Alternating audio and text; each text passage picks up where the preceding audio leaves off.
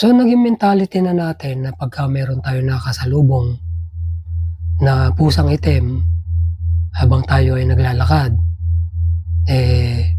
bad luck daw yun, ayon sa mga kasabihan ng mga matatanda. Kaya kung saan ka man daw pupunta, huwag ka nang tumuloy, umuwi ka na lang. Kasi nga, bad luck daw yun.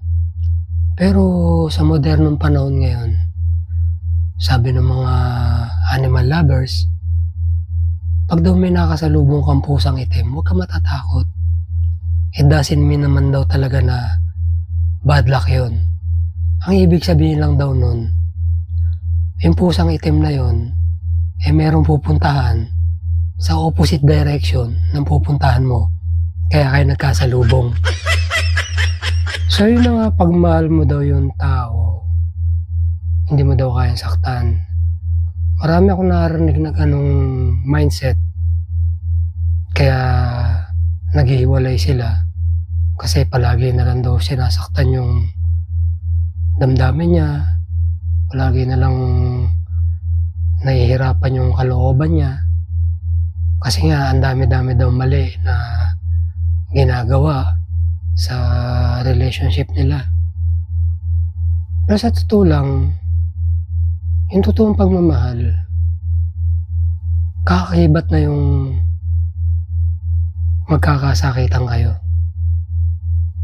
Hindi mo masasabi na kahit mahal mo yung tao, hindi mo masasaktan. Kasi may time na talagang kahit ayaw mo, makakagawa ka ng bagay na ikakasakit ng loob ng tao minamahal mo. Not because hindi mo siya mahal, but because we are just human. Tao lang tayo, hindi tayo perpekto para hindi magkamali, para hindi makagawa ng bagay na makakasakit ng kalooban ng tao mahal mo.